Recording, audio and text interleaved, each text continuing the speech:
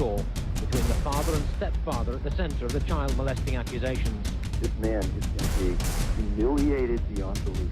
He will not believe it. He will not believe it. Beyond his worst nightmares. So one more record. If I go through with this, I win big time. I will get everything I want. They will be destroyed forever.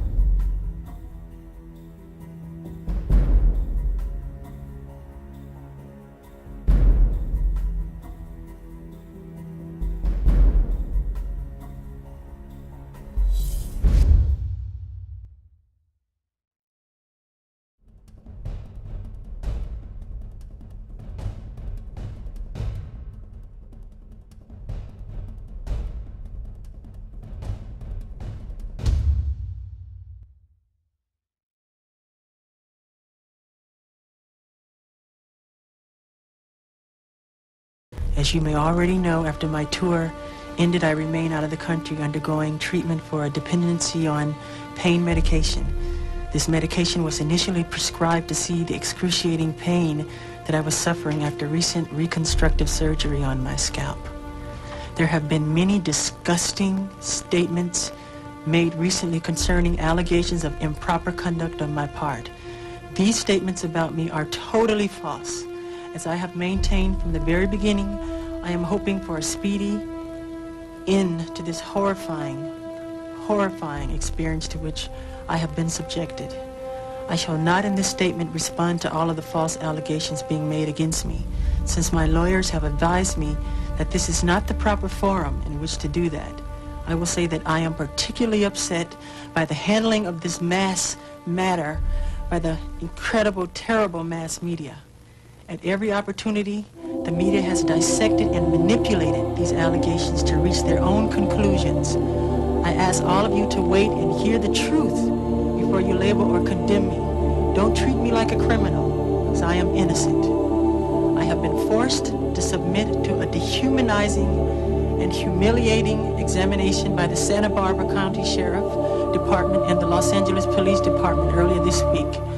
They served a search warrant on me which allowed them to view and photograph my body, including my penis, my buttocks, my lower torso, thighs, and any other area that they wanted. They were supposedly looking for any discoloration, spotting, blotches, or other evidence of a skin color disorder called vitiligo, which I have previously spoken about. The warrant also directed me to cooperate in any examination of my body by their physician to determine the condition of my skin, including whether I have vitiligo or any other skin disorder. The warrant further stated that I had no right to refuse the examination or photographs, and if I failed to cooperate with them, they would introduce that refusal at any trial as an indication of my guilt. It was the most humiliating ordeal of my life, one that no person should ever have to suffer. And even after experiencing the indignity of this search, the parties involved were still not satisfied and wanted to take even more pictures. It was a nightmare, a horrifying nightmare. But if this is what I have to endure to prove my innocence, my complete innocence, so be it. Throughout my life, I have only tried to help thousands upon thousands of children to live happy lives. It brings tears to my eyes when I see any child who suffers. I am not guilty of these allegations, but if I am guilty of anything, it is of giving all that I have to give to help children all over the world. It is of loving children of all ages and races. It is of gaining sheer joy from seeing children with their innocent and smiling faces. It is of enjoying through them the childhood that I missed myself. If I am guilty of anything, it is of believing what God said about children. Suffer little children to come unto me, and forbid them not, for such is the kingdom of heaven. In no way do I think that I am God, but I do try to be God-like in my heart. I am totally innocent of any wrongdoing, and I know these terrible allegations will all be proven false. Again, to my friends and fans, thank you very much for all of your support. Together, we will see this through to the very end. I love you very much, and may God bless you all. I love you. Goodbye.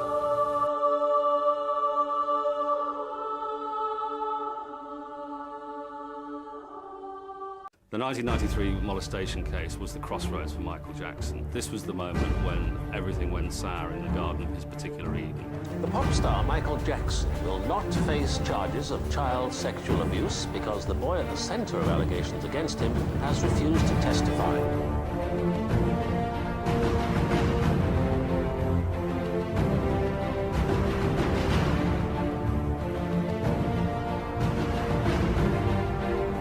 Jackson released a greatest hits album in 2003, but the release of the #1's album also marked a far more serious stage in Michael Jackson's life. He was arrested on new child molestation charges. The felony complaint involves 9 counts.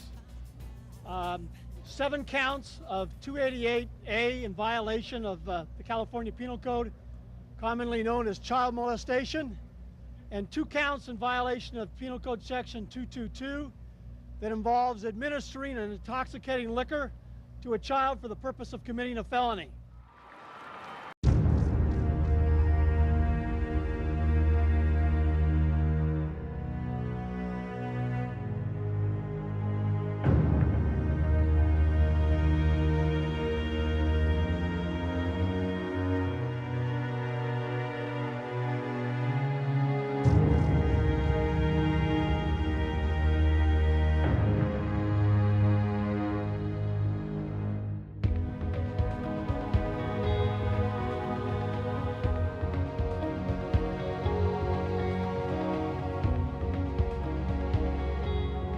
He surrendered to authorities and was booked on child molestation charges of lewd and lascivious conduct with a child. What was going through your mind when you're taken into a police station in handcuffs to have a mug shot taken that you know was going to be shown around the world? They did it to try and belittle me, to try to take away my pride. But I went through the whole system with them. And at the end, I wanted the public to know that I was okay, even though I was hurting. What happened when they arrested you? What did they do to you? They were supposed to go in and just check fingerprints and do the whole thing that they do when they take somebody in. They manhandled me very roughly. My shoulder is dislocated, literally. It's hurting me very badly. I'm in pain all the time. See this arm? This is as far as I can reach it. Same with this side over here. Because of what happened at the police station? Yeah, at the police station. And what they did to, if you saw what they did to my arms,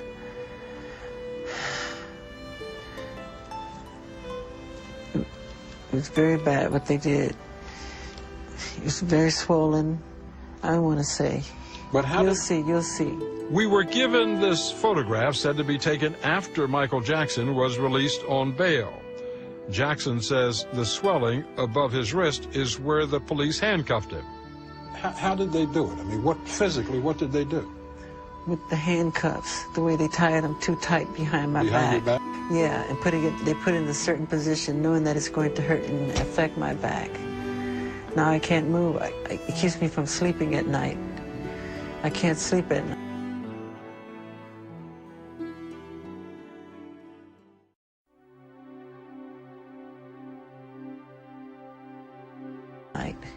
And Jackson says there was more. One time I asked to use the restroom, and they said, sure, it's right around the corner there. Once I went in the restroom, they locked me in there for like 45 minutes. There was doo-doo, feces thrown all over the walls, the floor, the ceiling, and it stunk so bad. Then one of the policemen came by the window and he made a sarcastic remark. He said, does it smell good enough for you in there? How do you like the smell? Is it good? And I just simply said, it's all right, it's okay. So I just sat there and waited.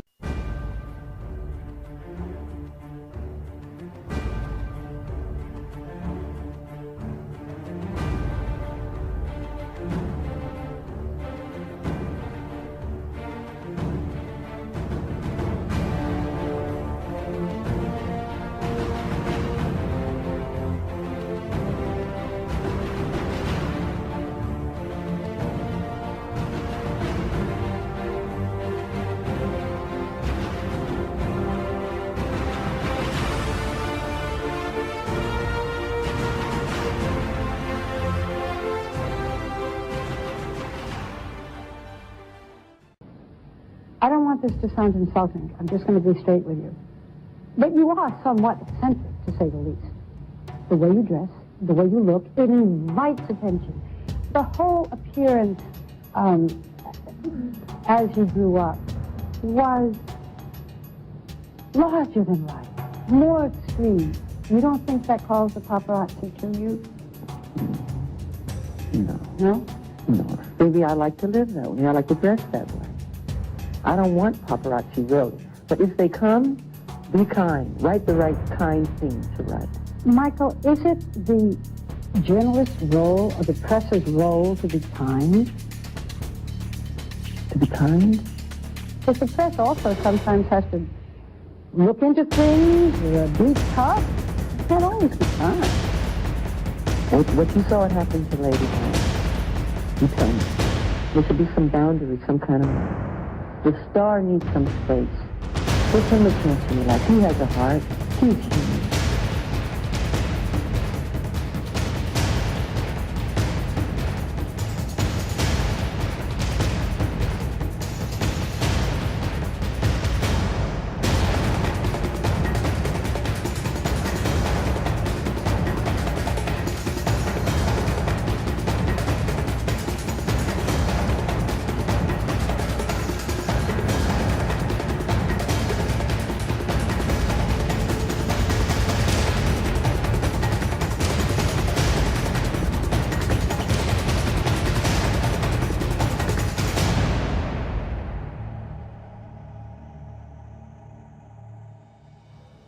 What do you think it'll take to get the paparazzi to leave you alone?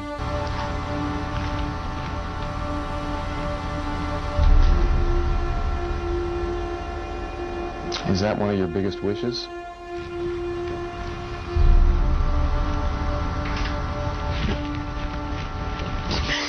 Yeah. It's okay. I would like for them to leave me alone. If you could talk to them as individuals, not as a group, what would you say to them? I would just say that you have babies at home and you have a life, and if you don't, you have to realize that we're people and that we just need privacy and we need our respect, and those are things that you have to have as a human.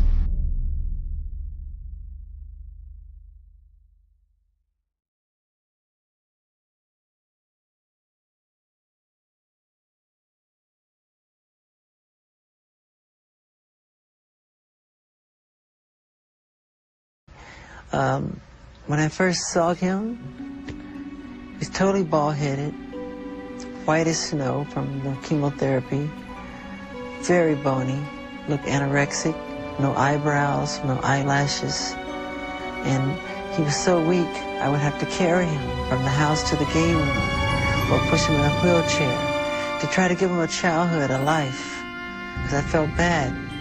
Because I never had that chance, too, as a child, you know. And so I know it felt like in that way, not being sick, but not having had a childhood. So my heart goes out to those children. I feel their pain.